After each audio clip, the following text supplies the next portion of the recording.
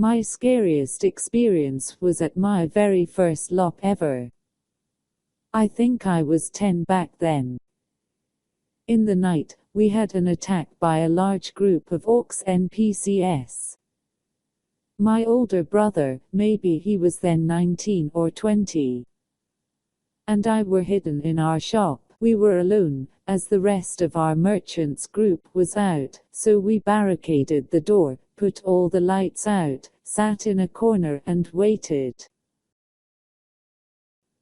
Don't get me wrong, the organizers of this LARP put a lot of money into NPC costumes and props, so those orcs were imposing, intimidating, and low-key scary. It's not your average I put on a brown shirt and paint my face green orc.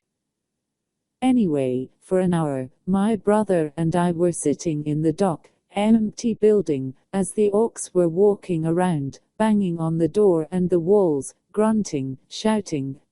It was absolutely realistic and terrifying.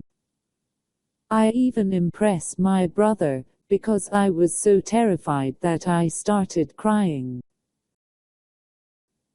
but stayed silent as best as I could so they wouldn't spot us.